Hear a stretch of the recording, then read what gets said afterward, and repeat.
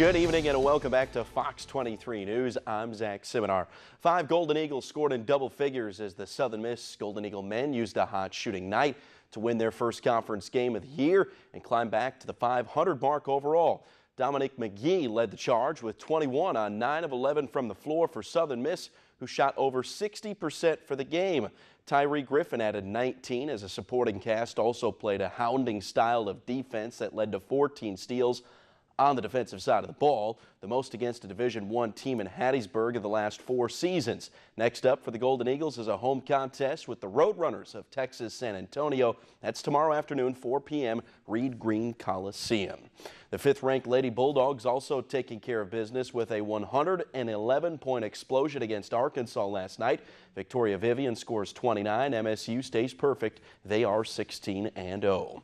The first round of the NFL playoffs kick off this weekend with the Saints setting their sights on their home matchup with the NFC South rival Carolina Panthers. The Saints rolled over the Panthers in their regular season meetings by an average of 15.5 points per game, but the guys know the playoffs are a different season as a whole. The playoff, man, crunch time, man, you got to come through for the team 10 times better than, the regular season. Even though the regular season is important, man, you just got to step your game up, even more. I'm used to the big game, so, it's not going to get to me too much, but, I'm just ready to play. I played in big games before, but not like this one. It's for all the marbles, so that's how we're going to take the approach, and we're going to intensify the preparation each day. We're getting closer to that game time, so it's an honor, it's a blessing, because not everybody get to see this, so we're going to take advantage of it. Take a look at the wild card weekend schedule. Titans and Chief popping the top on the postseason tomorrow on ESPN. That'll be followed up by Saturday night's Falcons-Rams wild card matchup. Then on Sunday, the Bills of the postseason for the first time in 17 years are in the early window at Jacksonville, followed up by the weekend's most anticipated contest between the Saints and Panthers. 3:40 Sunday. That contest can be seen right here on Fox 23 from the Superdome in the Big Easy. The NFL unveiling their all-pro teams this afternoon with guys like Tom Brady, Antonio Brown as the headliners, but also earning honors.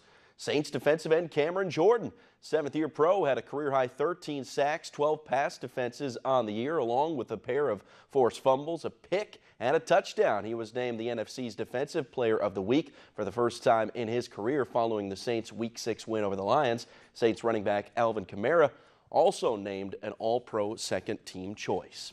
The Oakland Raiders are set to bring Jon Gruden back for a second stint as their head coach. According to multiple reports, the Raiders are planning a news conference Tuesday to announce that Gruden is leaving the broadcast booth to come back to coaching. Gruden spent 4 years as the coach for the Raiders before being traded to Tampa Bay, where he beat Oakland in the Super Bowl following his first season in 2002.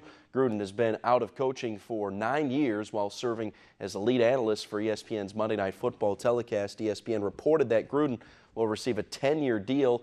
It'll be the longest coaching contract in the NFL history. It could be worth $100 million for a coach who hasn't coached in 10 years. He won't make it 3-4 of those years. Ouch. If he's got 10 years, he's got to win at least 2 or 3 rings. Otherwise, it's got to be considered a failure. He's not going to make. Nobody. That probably You guys contract. are so harsh. Well, the contract's probably back end heavy if he's there that many years. He could potentially earn with Super Bowl Clearly, playoffs. they think he's worth it and going to do a good job. So we'll see. Cool. His brother's a better coach as of right now. Jay in Washington.